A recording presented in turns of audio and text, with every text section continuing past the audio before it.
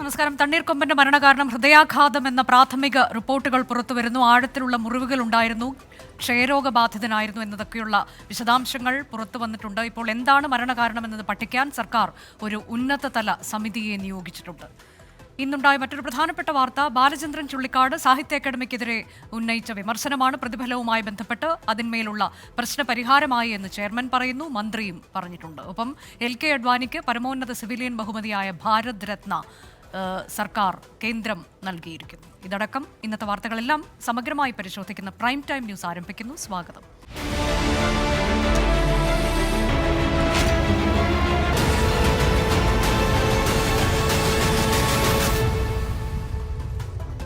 Prime time ന്യൂസിലേക്ക് വിശദമായി ആദ്യ വാർത്ത. തണ്ണീർക്കൊമ്പന് കണ്ണീർ മടക്കം.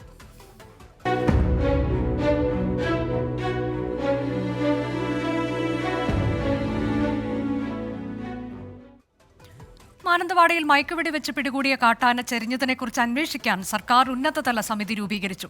CCF K വിജയാനന്ദൻ അധ്യക്ഷനായ 5-അംഗ സമിതിക്കാണ് അന്വേഷണ ചുമതല. വന്യജീവി സംരക്ഷണ സംഘടനാ പ്രതിനിധിയും നിയമവിദഗ്ധനും സമിതിയിലുണ്ട്. ദീപക് ധർമ്മടം വാർത്തയുടെ വിശദാംശങ്ങളുമായി പ്രൈം ടൈം ന്യൂസിൽ തത്സമയം. ദീപക്, ആന അവശനായിരുന്നു, മുറിവുകൾ ഉണ്ടായിരുന്നു, ക്ഷയരോഗബാധിതനായിരുന്നു എന്നൊക്കെയുള്ള വിശദാംശങ്ങൾ പുറത്തു വരുമ്പോൾ മരണകാരണം എന്ത് എന്നതാണല്ലോ ഈ സമിതി അന്വേഷിക്കുന്നത്. സമിതി എത്ര ദിവസത്തിനുള്ളിൽ റിപ്പോർട്ട് സമർപ്പിക്കണം എന്നതിൻ്റെയൊക്കെ വിശദാംശങ്ങൾ ലഭ്യമാണോ? അടിയന്തിരമായി റിപ്പോർട്ട് നൽകണം എന്നുള്ള നിലയിലാണ് സർക്കാരിൻ്റെ നിർദ്ദേശം. അതുകൊണ്ട് തന്നെയാണ് ഈ രംഗത്തെ വിദഗ്ധരെ ഉൾപ്പെടുത്തിക്കൊണ്ട് ഒരു 5-അംഗ വിദഗ്ധ സമിതി, ഉന്നതതല സമിതി രൂപീകരിച്ചിരിക്കുന്നത്. ഇവർ ആദ്യം തന്നെ പരിഗണിക്കുന്നത് പോസ്റ്റ്മോർട്ടം റിപ്പോർട്ടായിരിക്കും. പക്ഷേ പോസ്റ്റ്മോർട്ടം റിപ്പോർട്ടിൽ ഇതിൻ്റെ കോസ് ഓഫ് ഡെത്ത് ഉണ്ടായിരിക്കും. സ്വാഭാവികമായും ആ കോസിലേക്ക് നയിച്ച നടപടിക്രമങ്ങളിൽ ഏതെങ്കിലും വനം വകുപ്പിന് വീഴ്ചയുണ്ടായിട്ടുണ്ടോ എന്നതുൾപ്പെടെ സുതാര്യമായി പുറം ലോകത്തെത്താൻ സ്വാഭാവികമായും ഈ കേസ് ഒരു 2 സംസ്ഥാനങ്ങൾ തമ്മിലുള്ളതാണ്. തർക്കങ്ങൾക്കിടയാക്കിയേക്കാം. മറ്റൊന്ന്, ആരെങ്കിലും ഒരു ലിറ്റിഗേഷനുമായി ഹൈക്കോടതികളിലെ കർണാടക ഹൈക്കോടതിയിലോ കേരള ഹൈക്കോടതിയിലോ സമീപിച്ചാലും ഇതിൻ്റെ നിയമക്കുരുക്കുകൾ ഏറെയാണ്. അതുകൊണ്ട് തന്നെ കുറ്റമറ്റ രീതിയിൽ ഇതിൻ്റെ അന്വേഷണം നടക്കണമെന്നാണ് സർക്കാർ തീരുമാനിച്ചത്. വനം മന്ത്രി AK ശശീന്ദ്രൻ അത്തരമൊരു നിർദ്ദേശം കാലത്ത് തന്നെ നൽകി. ഈ ആന, അതായത് വളരെ കൃത്യമായി ഇന്നലെ ഒരു 13 മണിക്കൂർ സാഹസപ്പെട്ടുകൊണ്ടാണ് ആനയെ കീഴ്പ്പെടുത്തുന്നത്. അതെല്ലാം ചട്ടങ്ങൾ പാലിച്ചാണ് എന്നുള്ളതാണ് വനം വകുപ്പിൻ്റെ വിലയിരുത്തൽ പ്രാഥമികമായി. പക്ഷേ ഏതായാലും ഈ തണ്ണീർക്കൊമ്പൻ ഒരു കണ്ണീർ മടക്കത്തിലേക്ക് മായുന്നു. അത്തരമൊരു സംഭവം ആദ്യം പുറം ലോകം അറിയുന്നതും 24-ലൂടെയാണ്, കേരളം അറിയുന്നത് 24-ലൂടെയാണ്. പക്ഷേ ഇപ്പോൾ ഈ അന്വേഷണ സംഘം വരുന്നതോടുകൂടി ഇതിന് പുതിയൊരു തലത്തിലേക്ക് പോവുകയാണ്. കാരണം ഇതിൽ വനം വകുപ്പിന് എന്തെങ്കിലും പിഴവുണ്ടായിട്ടുണ്ടോ, പ്രത്യേകിച്ച് മയക്ക് ഡോസേജിലെ വ്യത്യാസം, രണ്ടാമത് മയക്ക് വരികയാണ്. കാരണം കഴിഞ്ഞ ദിവസമാണ് കർണാടകത്തിൻ്റെ മയക്കുവെടിയുമായി കോളർ ID ഘടിപ്പിച്ചുകൊണ്ട് ഉൾക്കാട്ടുകളിലേക്ക് ഇതിനെ അയക്കുന്നത്, ഈ ആനയെ. ആ ആനയാണ് പിന്നീട് മൈസൂരും പിന്നിട്ട് മാനന്തവാടിയിലേക്ക് എത്തുന്നത്. ആ മാനന്തവാടിയിൽ എത്തിയ വിവരം ആദ്യം തന്നെ പുലർച്ചെ 3 മണിയോടുകൂടി കോളർ ID-യുടെ സർവറിലേക്ക് ലഭിക്കുന്നു. സർവറിലെ വിവരം കർണാടക ഫോറസ്റ്റ് കേരളത്തിന് കൈമാറുന്നു. ഇങ്ങനെയൊക്കെ സാങ്കേതിക പ്രശ്നങ്ങളുള്ളതാണ്. ഏതായാലും ഇപ്പോൾ വനം വകുപ്പിൻ്റെ നിർദ്ദേശപ്രകാരം സർക്കാർ ഉന്നതതല സമിതി രൂപീകരിച്ചിരിക്കുന്നു. K വിജയാനന്ദനാണ് സമിതിയുടെ അധ്യക്ഷൻ. അദ്ദേഹം ഈസ്റ്റേൺ സർക്കിളിൻ്റെ CCF ആണ്, ചീഫ് ഫോറസ്റ്റ് കൺസർവേറ്ററാണ്. ഇതുകൂടാതെ നീതുലക്ഷ്മി IFS, അതായത് forest conservator inspection and evaluation ആണ്, ഇവരും സമിതിയിലെ അംഗമാണ്. ഇതുകൂടാതെ doctor R Raj assistant veterinary ഓഫീസറാണ്. ഇതുകൂടാതെ 2 പേർ, ഒരു നിയമവിദഗ്ധനും ഒരു NGO പ്രവർത്തകനും. നിയമവിദഗ്ധനായി N നമശിവായൻ വരുന്നു. അതുപോലെ തന്നെ ഡോക്ടർ റോഷ്നാഥ് രമേശ്, ഇദ്ദേഹം ഈ NGO വനമേഖലയിലെ വന്യജീവി സംരക്ഷണം ഉൾപ്പെടെയുള്ള കാര്യങ്ങളിലെ NGO സംഘാടകനാണ്. ഇത്തരത്തിൽ 5 പേരെ ഉൾപ്പെടുത്തിയുള്ള സമിതിക്കാണ് സർക്കാർ രൂപം നൽകിയിരിക്കുന്നത്. ഇപ്പോൾ അനുജ, ശരി, തണ്ണീർക്കൊമ്പന്റെ മരണകാരണം എന്ത് എന്നതിലുള്ള അന്വേഷണത്തിനായാണ് ഒരു 5-അംഗ ഉന്നതതല സമിതിയെ ഇപ്പോൾ സർക്കാർ നിയോഗിച്ചിട്ടുള്ളത്. CCF വിജയാനന്ദൻ അധ്യക്ഷനായുള്ള സമിതി അടിയന്തരമായി തന്നെ റിപ്പോർട്ട് സമർപ്പിക്കണമെന്നുള്ളതാണ് നിർദ്ദേശം. തണ്ണീർക്കൊമ്പൻ ചരിഞ്ഞത് ഹൃദയാഘാതവും ശ്വാസകോശ അണുബാധയും മൂലമാണ് എന്നതാണ് പ്രാഥമിക റിപ്പോർട്ട്. ആനയുടെ ശരീരത്തിൽ 1 മാസത്തിലേറെ പഴക്കമുള്ള ആഴത്തിലുള്ള മുറിവുണ്ടായിരുന്നു. ബന്ദിപ്പൂർ വനത്തിലെ രാമപുര ആന സങ്കേതത്തിലാണ് തണ്ണീർക്കൊമ്പന്റെ പോസ്റ്റ്മോർട്ടം നടന്നത്. തണ്ണീർക്കൊമ്പന്റെ വലതുതുടയിൽ ഉണ്ടായിരുന്ന മുഴയ്ക്ക് താഴെ ആഴമേറിയ മുറിവുണ്ടായി. പഴുപ്പ് മറ്റ് ശരീരഭാഗങ്ങളിലേക്ക് പടർന്നു. ശ്വാസകോശത്താൽ കനത്ത അണുബാധ. ആൾക്കൂട്ടത്തിനിടയിൽപ്പെട്ട ആനയ്ക്ക് സമ്മർദ്ദം താങ്ങാവുന്നതിലും അധികമായി. ഇത് ഹൃദയാഘാതത്തിലേക്ക് നയിച്ചെന്നും 5 മണിക്കൂർ നീണ്ട പോസ്റ്റ്മോർട്ടത്തിന് ശേഷം forest veterinary officer doctor Ajesh Mohandas. തൊടയിലുള്ള മുറിവുകൾക്ക് ഏകദേശം ഒരു മാസത്തോളം പഴക്കമുണ്ട്. അത് മൂലമുണ്ടെന്ന ഒരു പൾമണറി അറസ്റ്റാണ് മരണകാരണമായി വരുന്നത്. മാനന്തവാടിയിൽ നിന്ന് രാമപുരയിലെ ക്യാമ്പിലെത്തിച്ച ആനയെ ഇന്ന് പുലർച്ചെ എലിഫന്റ് ആംബുലൻസിൽ നിന്ന് ഇറക്കുമ്പോഴാണ് കുഴഞ്ഞു വീണത്.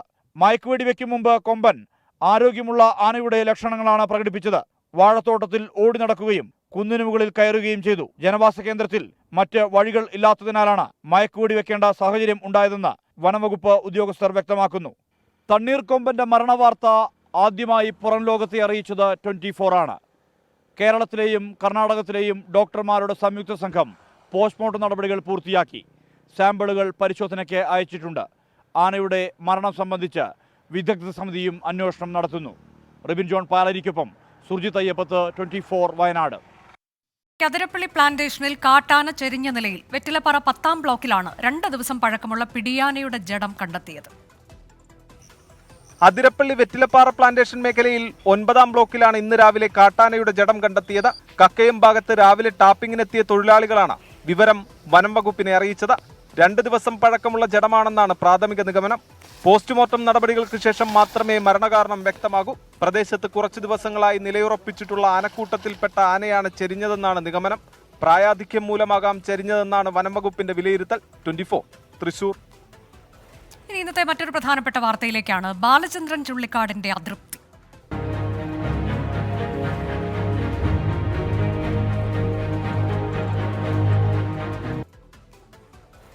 സാഹിത്യ അക്കാദമിയോട് പരിഭവിച്ച കവി ബാലചന്ദ്രൻ ചുള്ളിക്കാട് സാഹിത്യോത്സവത്തിൽ പങ്കെടുത്തതിന് തുച്ഛമായ പ്രതിഫലം നൽകി അപമാനിച്ചുവെന്നാണ് പരാതി.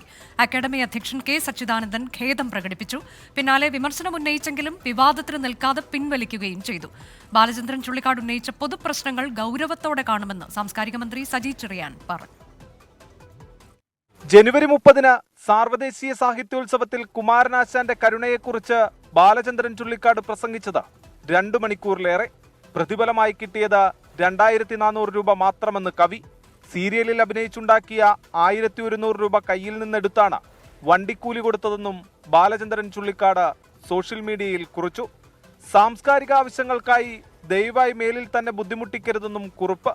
ബാലചന്ദ്രൻ ചുള്ളിക്കാടിനുണ്ടായ വിഷമത്തിൽ സാഹിത്യ അക്കാദമി അധ്യക്ഷൻ കെ സച്ചിദാനന്ദൻ ഖേദം പ്രകടിപ്പിച്ചു. ബാലേന്ദ്രന്റെ കാര്യത്തിൽ അദ്ദേഹം വളരെ കൂടുതൽ സംസാരിച്ചു, വളരെ കൂടുതൽ അതിനുവേണ്ടി എഫർട്ട് എടുത്തിട്ടുണ്ട്. അതുകൊണ്ടൊരു പ്രത്യേക പരിഗണന എന്നുള്ള നിലയ്ക്കാണ്. അല്ലെങ്കിൽ ആ നിയമപ്രകാരം ഈ ചെയ്തതിൽ തെറ്റ് പറയാൻ പറ്റില്ല. പക്ഷേ അതുകൊണ്ട് ബാലേന്ദ്രന് ആവശ്യമായിട്ടുള്ള രീതിയിലുള്ള ഒരു പ്രതിഫലം നൽകാനുള്ള തീരുമാനം ഉണ്ടായിട്ടുണ്ട്. ഇതിനു പിന്നാലെയാണ് കെ സച്ചിദാനന്ദന്റെ ഫേസ്ബുക്ക് കുറിപ്പ്. യാത്രാപ്പടിയെക്കുറിച്ച് പരാതിയുണ്ടെങ്കിൽ അത് സെക്രട്ടറിയുടെ ശ്രദ്ധയിൽ കൊണ്ടുവരികയാണ് ശരിയായ വഴിയെന്ന് ഓർമ്മപ്പെടുത്തൽ. പൈസ വാങ്ങാതെ താൻ അനേകം പരിപാടിക്ക് പോയിട്ടുണ്ടെന്നും സച്ചിദാനന്ദൻ. മണിക്കൂറുകൾക്കുള്ളിൽ കുറിപ്പ് പിൻവലിച്ച് വിവാദം അവസാനിപ്പിക്കാനുള്ള ശ്രമവുമുണ്ടായി. ബാലചന്ദ്രൻ ചുള്ളിക്കാടുമായി സംസാരിച്ചെന്നും പ്രശ്നം പണമല്ലെന്നും മന്ത്രി സജി ചെറിയാൻ. അത് അവിടുത്തെ ഓഫീസുമായി ബന്ധപ്പെട്ട് പറ്റിയൊരു പിഴവാണ്. അതിന് ഖേദം പ്രകടിപ്പിച്ചു. ആ വിഷയം അങ്ങനെ അവസാനിച്ചു. ബാലേന്ദ്രൻ സാറിനെ വിളിച്ചായിരുന്നു. സാഹിത്യകാരന്മാർക്ക് വേണ്ടത്ര ഒരു ബഹുമാനം മറ്റുള്ള കലാരംഗത്ത് പ്രവർത്തിക്കുന്നതനുസരിച്ചുള്ള ഒരു പരിഗണന ലഭിക്കുന്നില്ല എന്ന ഒരു തോന്നലിൽ നിന്നാണ് അദ്ദേഹം ഇട്ടത്. അപ്പോൾ ഞാൻ അദ്ദേഹത്തോട് പറഞ്ഞു, ആ കാര്യം ഗവൺമെന്റിന്റെ മുമ്പിൽ ശ്രദ്ധയിൽപ്പെടുത്താം. സാഹിത്യോത്സവത്തിന് സർക്കാർ ആവശ്യമായ തുക നൽകിയിട്ടുണ്ടെന്നും മന്ത്രി വ്യക്തമാക്കി. ബാലചന്ദ്രൻ ചുള്ളിക്കാടിന്റെ പ്രതിഷേധക്കുറിപ്പിനെ തുടർന്ന് സാഹിത്യ അക്കാദമിക്കെതിരെ വലിയ വിമർശനമാണ് ഉയരുന്നത്. 24 തൃശൂർ.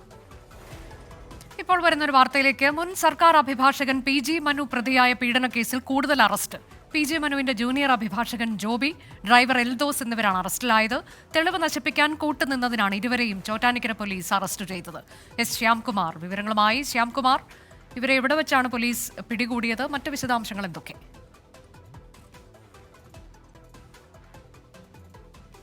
ബന്ധപ്പെട്ടുള്ള പീഡന കേസിലാണ് 2 പേരെ പോലീസ് അറസ്റ്റ് ചെയ്തിരിക്കുന്നത്. ഇവരുടെ ഓഫീസിൽ വെച്ചാണ് 2 പ്രതികളെയും പോലീസ് അറസ്റ്റ് ചെയ്തത്. മനുവിന്റെ അഭിഭാഷകൻ, ജൂനിയർ ആയിരുന്ന അഭിഭാഷകൻ ജോബി, ഡ്രൈവർ എൽദോസ് എന്നിവരെയാണ് പോലീസ് പിടികൂടിയത്. അതിജീവിതവുമായി ബന്ധപ്പെട്ടുള്ള ചാറ്റുകൾ ഉണ്ടായിരുന്ന ഫോൺ നശിപ്പിച്ചത് ഇരുവരും ചേർന്നാണ് എന്ന് പോലീസ് കണ്ടെത്തിയിരുന്നു. ഇതോടെയാണ് രണ്ടുപേരെയും ചോറ്റാനിക്കര പോലീസ് കസ്റ്റഡിയിലെടുക്കുകയും അറസ്റ്റ് രേഖപ്പെടുത്തുകയും ചെയ്തിരിക്കുന്നത്. കേസിൽ നിലവിൽ പോലീസ് കസ്റ്റഡിയിലാണ് മനു കഴിയുന്നത്. അതിനിടയിലാണ് ഈ കേസുമായി ബന്ധപ്പെട്ട രണ്ടുപേരെ കൂടി പോലീസ് ഇപ്പോൾ അറസ്റ്റ് ചെയ്തിരിക്കുന്നത്. അനുജ, മുൻ സർക്കാർ അഭിഭാഷകൻ പ്രതിയായ പീഡന കേസിലാണ് രണ്ടുപേരുടെ അറസ്റ്റ് പോലീസ് നടത്തിയിട്ടുള്ളത്. മറ്റൊരു പ്രധാനപ്പെട്ട വാർത്ത, LK അഡ്വാനിക്ക് ഭാരത് രത്ന.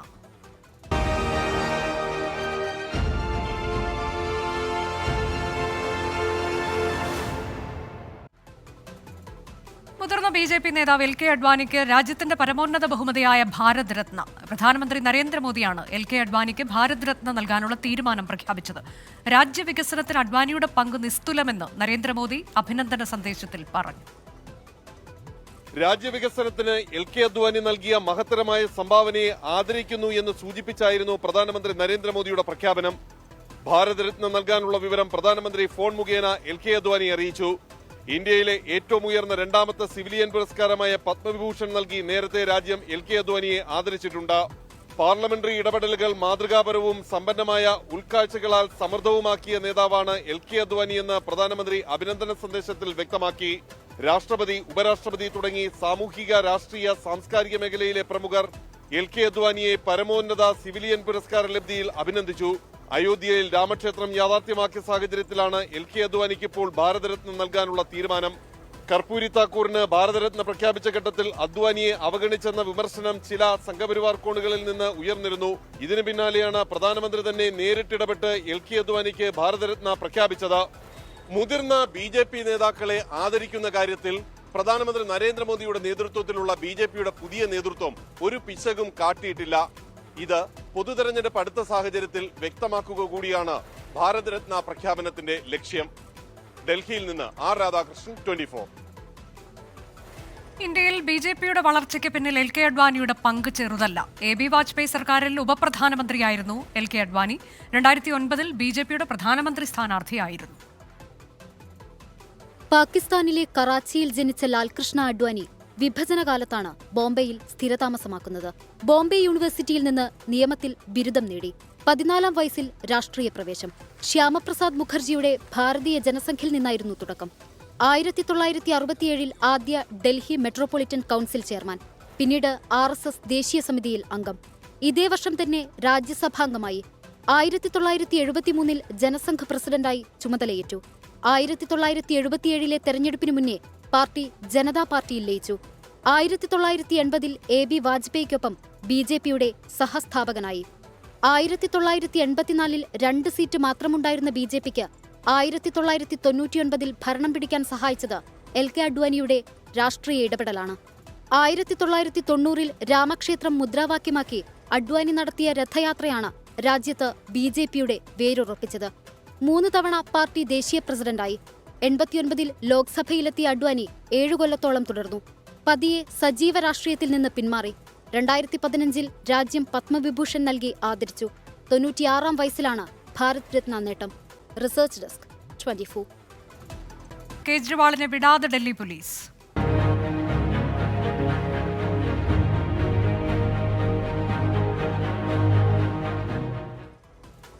ആം ആദ്മി MLA-മാരെ BJP വിലക്കെടുക്കാൻ ശ്രമിച്ചുവെന്ന ആരോപണത്തിൽ ഡൽഹി ക്രൈംബ്രാഞ്ച് സംഘം വീണ്ടും മുഖ്യമന്ത്രി അരവിന്ദ് കെജ്രിവാളിന്റെ വസതിയിലെത്തി. നോട്ടീസ് നൽകാനെത്തിയ സംഘത്തെ വസതിയിലേക്ക് പ്രവേശിപ്പിച്ചില്ല. ACP പങ്കജ് അറോറയുടെ നേതൃത്വത്തിലുള്ള സംഘം വസതിക്ക് മുന്നിൽ തുടരുകയാണ്. 25 കോടി രൂപ പാർട്ടി MLA-മാർക്ക് നൽകി ഒപ്പം കൂട്ടാൻ BJP ശ്രമിച്ചെന്നായിരുന്നു ഡൽഹി മുഖ്യമന്ത്രി അരവിന്ദ് കെജ്രിവാളിന്റെ പരാമർശം. കെജ്രിവാളിന്റെ പ്രസ്താവനയ്ക്കെതിരെ BJP പരാതി നൽകിയിരുന്നു. ഈ കേസിൽ നോട്ടീസ് നൽകാനാണ് ഡൽഹി പോലീസിന്റെ ക്രൈംബ്രാഞ്ച് സംഘം കേജ്രിവാളിന്റെ വസതിയിലെത്തിയത്. എന്നാൽ അന്വേഷണ സംഘത്തിന് അകത്തേക്ക് പ്രവേശനം നൽകിയിട്ടില്ല. നോട്ടീസ് നേരിട്ട് മുഖ്യമന്ത്രിക്ക് നൽകാനാണ് സംഘത്തിന്റെ നീക്കം. കേജ്രിവാളിന്റെ പരാമർശത്തിന് അടിസ്ഥാനമായ തെളിവുകൾ നൽകാൻ സംഘം ആവശ്യപ്പെട്ടിട്ടുണ്ട്. കേന്ദ്ര ആഭ്യന്തരമന്ത്രി അമിത്ഷായുടെ രാഷ്ട്രീയ നേട്ടങ്ങൾക്കായി ഡൽഹി പോലീസിനെ ഉപയോഗിക്കുന്നുവെന്ന് ആം ആദ്മി ആരോപിച്ചു. ഇന്നലെ കേജ്രിവാളിന്റെ ഔദ്യോഗിക വസതിയിലും മന്ത്രി അതിഷി മർലേനയുടെ വസതിയിലും ക്രൈംബ്രാഞ്ച് സംഘം എത്തിയിരുന്നു. ഇരുവരും വസതിയിൽ ഇല്ലാത്തതിനാൽ നോട്ടീസ് നൽകാൻ സംഘത്തിന് കഴിഞ്ഞില്ല. BJP ഓപ്പറേഷൻ ലോട്ടസ് 2.0 ആരംഭിച്ചുവെന്നായിരുന്നു അതിഷി നടത്തിയ പരാമർശം. 24 ഡൽഹി. ജാർഖണ്ഡ് നിയമസഭയിലെ വിശ്വാസ വോട്ടെടുപ്പിൽ പങ്കെടുക്കാൻ മുൻ മുഖ്യമന്ത്രി ഹേമന്ത് സോറന് അനുമതി. ഖനന അഴിമതി കേസിൽ എൻഫോഴ്സ്മെന്റ് ഡയറക്ടറേറ്റ് അറസ്റ്റ് ചെയ്ത ഹേമന്ത് സോറൻ നിലവിൽ ജയിലിലാണ്. റാഞ്ചിയിലെ പ്രത്യേക കോടതിയാണ് വിശ്വാസ വോട്ടെടുപ്പിൽ പങ്കെടുക്കാൻ ഹേമന്ത് സോറന് അനുമതി നൽകിയത്. അതിനിടെ ഹേമന്ത് സോറന്റെ അനുയായി ഭാനു പ്രതാപിനെ ED അറസ്റ്റ് ചെയ്തു.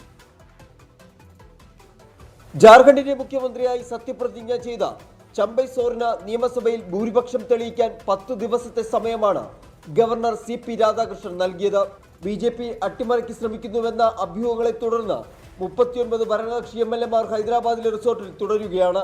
ഇതിനിടയിലാണ് ഖനന അഴിമതി കേസിൽ എൻഫോഴ്സ്മെന്റ് ഡയറക്ടറേറ്റ് അറസ്റ്റ് ചെയ്ത ഹേമന്ത് സോറൻ വിശ്വാസ വോട്ടെടുപ്പിൽ പങ്കെടുക്കാൻ അനുമതി തേടി റാഞ്ചിയിലെ പ്രത്യേക കോടതിയെ സമീപിച്ചത്. ആവശ്യം കോടതി അംഗീകരിച്ചു. ജാർഖണ്ഡ് നിയമസഭാ സമ്മേളനം ഈ മാസം 5-6 തീയതികളിൽ നടത്താനാണ് മന്ത്രിസഭാ യോഗത്തിന്റെ തീരുമാനം. അനധികൃത ഭൂമി സമ്പാദനത്തിന് അറസ്റ്റിലായ പോലീസ് ഉദ്യോഗസ്ഥൻ ഭാനു പ്രതാപിനെ ഹേമന്ത് സോറനുമായി ബന്ധപ്പെട്ട കേസിൽ ED കസ്റ്റഡിയിൽ വാങ്ങി. ED അറസ്റ്റിനെതിരെ ഹേമന്ത് സോറൻ ഉടൻ ഹൈക്കോടതിയെ സമീപിക്കും. 24 ഡൽഹി. പാകിസ്ഥാൻ മുൻ പ്രധാനമന്ത്രി ഇമ്രാൻഖാനും ഭാര്യയ്ക്കും 7 വർഷം തടവ്. 2018 ഇസ്ലാമിക നിയമം ലംഘിച്ച് വിവാഹിതരായി എന്നാണ് കേസ്. വ്യാഴാഴ്ച പൊതു തെരഞ്ഞെടുപ്പ് നടക്കാനിരിക്കെയാണ് വീണ്ടും ശിക്ഷ വിധിച്ചത്. ഒരാഴ്ചക്കിടെ 3ാമത്തെ ശിക്ഷയാണിത്. 10 വർഷത്തേക്ക് തെരഞ്ഞെടുപ്പിൽ മത്സരിക്കുന്നതിൽ ഇമ്രാൻഖാന് വിലക്കുണ്ട്. താജ്മഹലിന് സമീപത്തെ ഉറൂസിനെതിരെയും ഹർജി.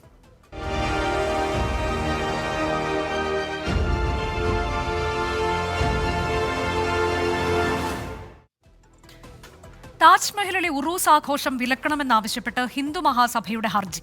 ഫെബ്രുവരി 6-നും 8-നും ഇടയിലാണ് ഉറൂസ്. അത് വിലക്കണമെന്നതാണ് ആഗ്ര കോടതിയിൽ നൽകിയ ഹർജിയിലെ ആവശ്യം. താജ്മഹൽ മുൻപ് ശിവക്ഷേത്രമായിരുന്നുവെന്ന ഹിന്ദു ജാഗരൺ മഞ്ച് അവകാശവാദം തെറ്റാണെന്ന് കഴിഞ്ഞ ദിവസം പുരാവസ്തു ഗവേഷക വകുപ്പ് കോടതിയെ അറിയിച്ചിരുന്നു. അതേസമയം ഗ്യാൻവാപി മസ്ജിദിലെ അറയിൽ തുടർച്ചയായ 3ാം ദിനവും പൂജ നടന്നു. മുഗൾ ബ്രിട്ടീഷ് ഭരണകാലത്ത് ഉറൂസ് ആഘോഷത്തിന് അനുമതി നൽകിയിരുന്നില്ലെന്നാണ് ഹിന്ദുസേനയുടെ വാദം. ഇക്കാര്യത്തിലെ വിവരാവകാശ രേഖയും ഹർജിക്കൊപ്പം സമർപ്പിച്ചിട്ടുണ്ട്. ഹിന്ദു മഹാസഭയുടെ ജില്ലാ പ്രസിഡന്റ് സൗരഭ് ശർമ്മയാണ് ഹർജിക്കാരൻ. ഉറൂസിന് താജ്മഹലിൽ സൗജന്യ പ്രവേശനം നൽകുന്നതിനെയും ഹർജി എതിർക്കുന്നു. ഹർജി മാർച്ച് 4-ന് ആഗ്ര കോടതി പരിഗണിക്കും. ലോകാത്ഭുതങ്ങളിൽ ഒന്നായ താജ്മഹൽ ശിവക്ഷേത്രമായിരുന്നു എന്നാണ് ഹിന്ദു ജാഗരൺ മഞ്ച് നേരത്തെ അവകാശപ്പെട്ടിരുന്നത്. ഇക്കാര്യത്തിൽ പുരാവസ്തു വകുപ്പ് കഴിഞ്ഞ ദിവസം താജ്മഹൽ ക്ഷേത്രമല്ലായിരുന്നു എന്ന സത്യവാങ്മൂലം സമർപ്പിച്ചിരുന്നു. ഗ്യാൻവാബിയിലെ അറയിൽ തുടർച്ചയായ 3ാം ദിവസവും പൂജാ ചടങ്ങുകൾ തുടരുകയാണ്. കനത്ത സുരക്ഷയിലായിരുന്നു ഇന്ന് പുലർച്ചത്തെ ഉഷപൂജ. അതേസമയം വിഷയത്തിൽ മുസ്ലിം വ്യക്തി ബോർഡ് രാഷ്ട്രപതിയെ കാണും. ആരാധനാലയങ്ങൾ സംരക്ഷിക്കാനുള്ള നിയമം അട്ടിമറിക്കുന്നുവെന്ന നിവേദനമാകും മുസ്ലിം വ്യക്തി നിയമ ബോർഡ് രാഷ്ട്രപതിക്ക് നൽകുക. R. രാധാകൃഷ്ണൻ, 24 ഡൽഹി. വിദ്യാർത്ഥികൾക്കുള്ള പോസ്റ്റ് മെട്രിക് സ്കോളർഷിപ്പിന് തുക അനുവദിച്ച് സർക്കാർ 67.87 കോടി രൂപ അനുവദിച്ചുവെന്ന് ധനമന്ത്രി KN ബാലഗോപാൽ അറിയിച്ചു. സ്കോളർഷിപ്പ് ലഭിക്കാതായതോടെ വിദ്യാർത്ഥികൾ ദുരിതത്തിലായ വാർത്ത 24 പുറത്തുവിട്ടതിന് പിന്നാലെയാണ് നടപടി. SC/ST വിദ്യാർത്ഥികളുടെ ഉന്നത പഠനത്തിനുള്ള ഏകാശ്രയമായ സർക്കാരിന്റെ സാമ്പത്തിക സഹായം മുടങ്ങിയതോടെ നിരവധി വിദ്യാർത്ഥികൾ ദുരിതത്തിലായിരുന്നു. പണമില്ലാത്തതിനാൽ പഠനം പകുതി വഴിയിൽ ഉപേക്ഷിച്ചു പോയവരുമുണ്ട്. വിദ്യാർത്ഥികളുടെ ദുരിതം 24 വാർത്തയാക്കി. ഗവൺമെന്റ് ഇതുവരെ എനിക്ക് 3000 രൂപ എന്ന് പറഞ്ഞ് ഇതുവരെ എൻ്റെ അക്കൗണ്ടിലേക്ക് ഇട്ടിട്ടില്ല. പഠനം മുടങ്ങി വീട്ടിലിരിക്കുന്ന ഒരവസ്ഥയാണ് ഇപ്പോൾ. പഠന സമയം കഴിഞ്ഞിട്ട് ഫുഡ് സെർവ് ചെയ്യാനൊക്കെ പോയ ഫീസ് കളക്ട് ചെയ്തൊക്കെയാണ് മോൻ്റെ മെസ് ഫീസ് അടയ്ക്കുന്നത്. 24 വാർത്തയ്ക്ക് പിന്നാലെ സർക്കാരിന്റെ ഇടപെടൽ. വിദ്യാർത്ഥികൾക്കുള്ള പോസ്റ്റ് മെട്രിക് സ്കോളർഷിപ്പ് വിതരണത്തിന് 67.87 കോടി രൂപ സർക്കാർ അനുവദിച്ചു. പട്ടികജാതി വിഭാഗത്തിൽ 15.76 കോടി രൂപയും പിന്നോക്ക വിഭാഗത്തിൽ 43.33 കോടി രൂപയും സാമ്പത്തികമായി പിന്നോക്കം നിൽക്കുന്നവരുടെ വിഭാഗത്തിൽ 8.78 കോടി രൂപയുമാണ് അനുവദിച്ചത്. വിനീത VG, 24 കൊച്ചി. കോഴിക്കോട്ട് എവേക്ക് യൂത്ത് ഫോർ നേഷൻ പരിപാടിക്കിടെ സദസ്സിനോട് ക്ഷോഭിച്ച് കേന്ദ്രമന്ത്രി മീനാക്ഷി ലേഖി. ഭാരത് മാതാ മുദ്രാവാക്യം സദസ് ഏറ്റുവിളിക്കാത്തതാണ് മന്ത്രിയെ പ്രകോപിപ്പിച്ചത്. കോഴിക്കോട് കണ്ടംകുളം ജൂബിലി ഹാളിൽ സംഘടിപ്പിച്ച യൂത്ത് കോൺക്ലേവിന്റെ അവസാന ദിനമായ ഇന്ന് ഉദ്ഘാടനത്തിനായി എത്തിയതായിരുന്നു കേന്ദ്ര വിദേശകാര്യ സഹമന്ത്രി മീനാക്ഷി ലേഖി. ഉദ്ഘാടന പ്രസംഗത്തിനു ശേഷം സദസ്സിനോട് ഭാരത് മാതാ കി ജയ് മുദ്രാവാക്യം ഏറ്റുവിളിക്കാൻ മന്ത്രി ആവശ്യപ്പെട്ടു. എന്നാൽ പലരും അതിന് തയ്യാറായില്ല. ഇതാണ് മന്ത്രിയെ ചൊടിപ്പിച്ചത്. ഭാരത് മാതാ കി ജയ്, ഭാരത് മാതാ കി ജയ്. I'm going to ask you a straight question. Bharat is not your mother, or is this? Why this attitude?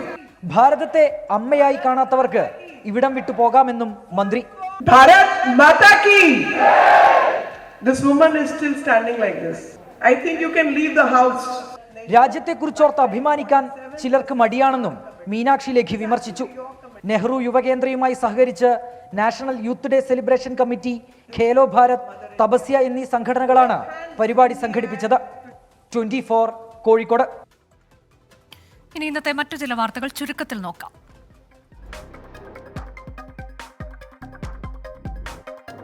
ഗാന്ധിജിയെ വെടിവെച്ചുകൊന്ന നാഥുറാം ഗോഡ്സെയെ അനുകൂലിച്ച കോഴിക്കോട് NIT പ്രൊഫസർ ഷൈജ ആണ്ടവനെതിരെ വ്യാപക പ്രതിഷേധം.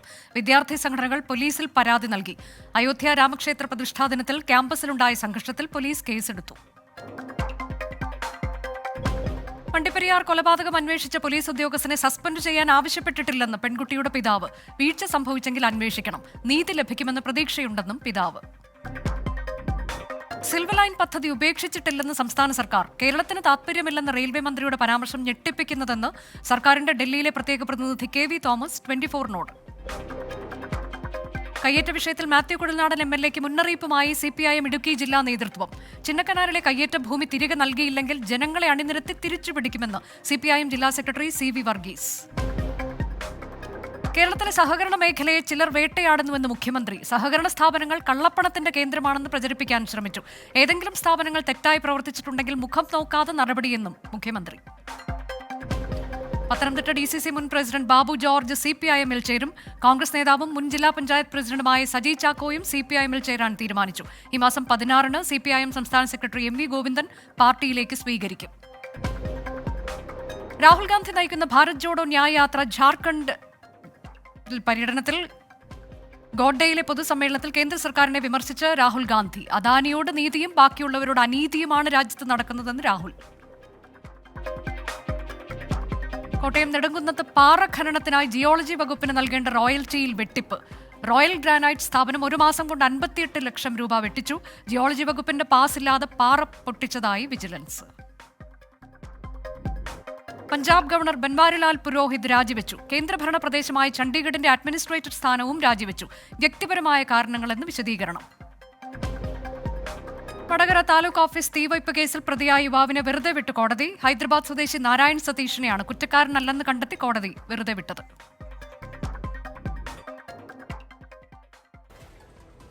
പ്രൈം ടൈം ന്യൂസ് അവസാനിക്കുന്നു. ഇനി സംഭവിച്ചതുമായി KR ഗോപികൃഷ്ണൻ. നമസ്കാരം.